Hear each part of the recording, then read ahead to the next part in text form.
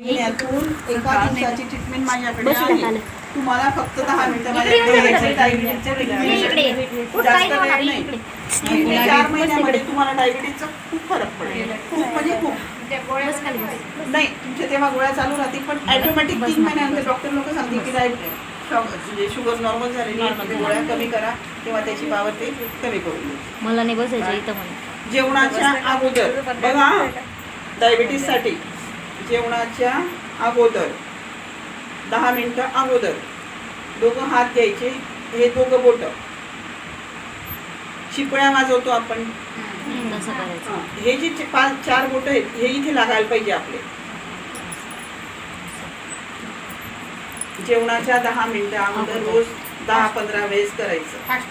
Fast कर, दाब पडायला पाहिजे. फिरत राहा. दाब इथे दाब असा पडत राहायला पाहिजे.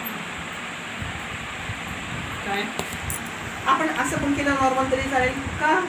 आपलं जे हे शुगर म्हणते नॉर्मल मध्ये राहते. पहिले लोक जे विठ्ठल विठ्ठल करायचे, टाळाचे पळा मारायचे, शास्त्र येते काय, पण आपण आता विसरून गेलोय. ते आपण परत सुरू करायचं. विठ्ठल विठ्ठल विठ्ठल विठ्ठल विठ्ठल विठ्ठल विठ्ठल विठ्ठल विठ्ठल विठ्ठल. तुम्ही आज डायबिटीज चेक करा आणि 15 दिवसानंतर करा. हे चालू केल्यानंतर तुम्हाला फरक जाणवेल, म्हणजे जाणवेल. गोळ्या कितीच्या आहेत त्या